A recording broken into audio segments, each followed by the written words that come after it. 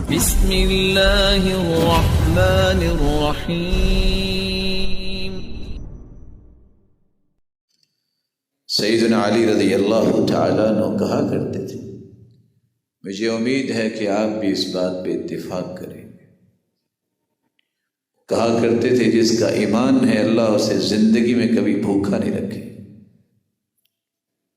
اس لیے زندگی کو ضرورت سمجھ کے گزارا کرو، خواہش سمجھ کے گزارا نہ کرو۔ ضرورت تو اللہ کٹے ہوئے ہاتھوں والوں کی بھی پوری کر دیتے ہیں، خواہشیں تو کبھی بادشاہوں کی بھی پوری نہیں ہوتی۔ بادشاہ کی تو یہ بھی خواہش ہوتی ہے کہ ساتھ والا ملک بھی مجھے مل جائے۔ اس وقت دوڑ اس بات کی نہیں ہے کہ ہمارے پاس کھانے کو کچھ نہیں ہے، دوڑ سٹیٹس کی ہے، دوڑ فیم کی ہے کہ شہرت مجھے بھی ملے۔ موت کے منہ میں ہاتھ ڈالنے کے لیے انسان تیار ہوتا ہے کہ میرا بھی سٹیٹس فلاں جیسا ہونا چاہیے، میری بھی فیم اس طرح کی ہونی چاہیے۔ حالانکہ اس مسکین کو یہ پتہ ہونا چاہیے کہ اس کا سٹیٹس اس نے خود نہیں بنایا، اس اللہ نے دیا ہے۔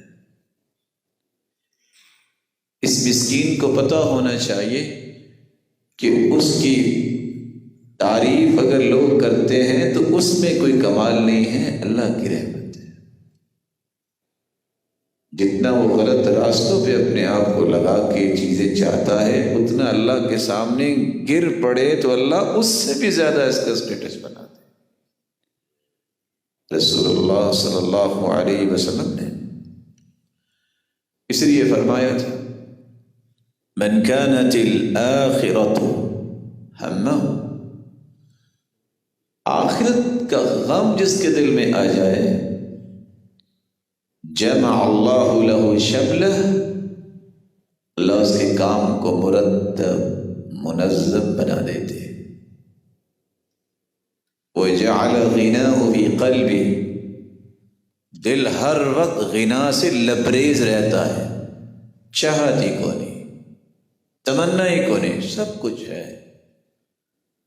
نہ اسے کو کھانے کی وہ شوق اور ذوق، یہ کھانا ہوگا تو بڑا ٹیسٹی ہوگا، کہتا ہے سب اللہ کی نعمت ہے۔ نہ اس کو یہ غرض یہ چیز ہوگی تو پھر ہوگا، کہتا ہے جو کچھ ہے میں اس کے بھی قابل نہیں تھا۔ جعل غناہ فی قلبی، دل بھر دیتے ہیں اللہ، صرف دل نہیں بھرتے، اللہ آنکھیں بھی بھر دیتے ہیں۔ بعض لوگوں کے پاس کروڑوں کا مال ہو، ان کی آنکھیں بھی بھوکی ہوتی ہیں اور دل بھی بھوکا ہوتا ہے، قریب ہے کہ اس بھوک کی وجہ سے کہیں مر نہ جائیں وہ۔ اور دعا کرنی چاہیے اللہ ایسے دل سے اور ایسی سوچ سے بھی بنا دے جن کے اندر اللہ نے بھوک رکھی ہے، کبھی شہرت کی بھوک، کبھی مال کی بھوک، کبھی تعریف کی بھوک۔ اور مولانا اسماعیل سلفی رحمہ اللہ نے سچ کہا تھا، جس شخصیت نے اس مرکز کی بنیاد رکھی تھی کہ بندے کو پیٹ کی بھوک ہو، وہ سارا دن روزہ بھی رکھ لیتا ہے اور 8 پہروں کا روزہ بھی رکھ لیتا ہے، کھانا مل جائے تو بھوک ختم ہو جاتی ہے۔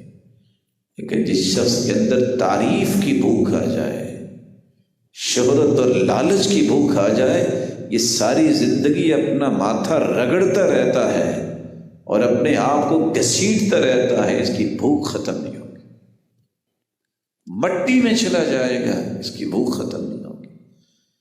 اس لیے اللہ تعالیٰ سے دعا کرنی چاہیے بیماری اللہ کسی کو نہ لگائے۔ جعل غناہ فی قلبہ واتته الدنیا وہی راغمہ، آخرت کا غم دل میں آ جائے تو میرے مالک کے وعدے دیکھیں کتنے پیارے ہیں۔ آپ نے دیکھا ہوگا جب انسان چلتا ہے تو سایہ اس کے پیچھے پیچھے چلتا ہے، جب رک کے دیکھے نا کہ سایہ آ رہا ہے کہ نہیں آ رہا تو سایہ بھی رک جاتا ہے۔ چلتے جاؤ دین کے لیے، جتنا تیز دوڑو گے دنیا بھی تیزی کے ساتھ آپ کی طرف دوڑ کے آئے۔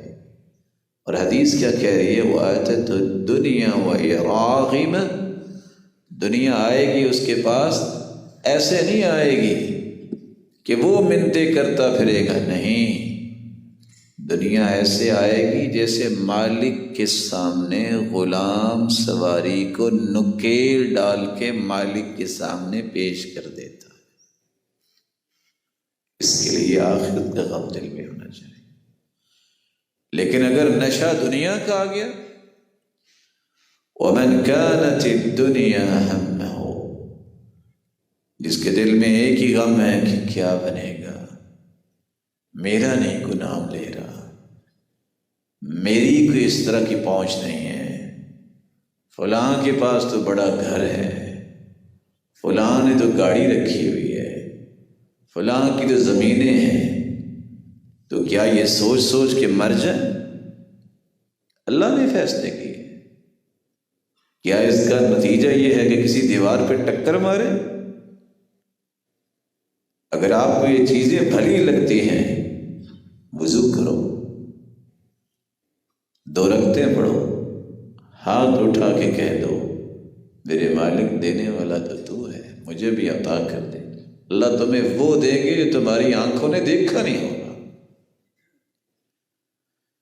لیکن اگر یہی فکر رہا میری اولاد کا کیا بنے گا، ان کا فیوچر کیسے بنے گا، ان کا سٹیٹس کیسے بنے گا، فیسیں کیسے پوری ہوں گی، پڑھائیاں کیسے ہوں گی، من كانت الدنيا همه، جس نے دنیا کا غم پال لیا اپنے دل میں، نتیجہ نکلے گا فرق اللہ علیہ امرہ، اس کی زندگی کبھی مرتب نہیں ہوگی، اس کے کام کبھی اس کے منظم نہیں ہوں گے، دن کو الگ نوکری، رات کو الگ نوکری، ڈبل شفٹ ہے، اوور ٹائم بھی لگ رہے ہیں، لیکن حالت کیا ہے؟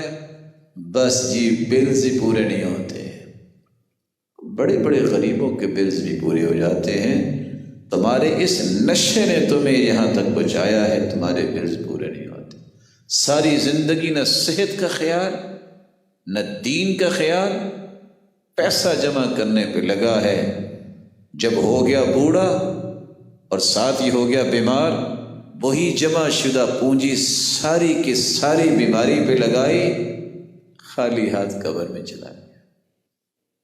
یہ زندگی نہیں ہے، یہ مصیبت ہے۔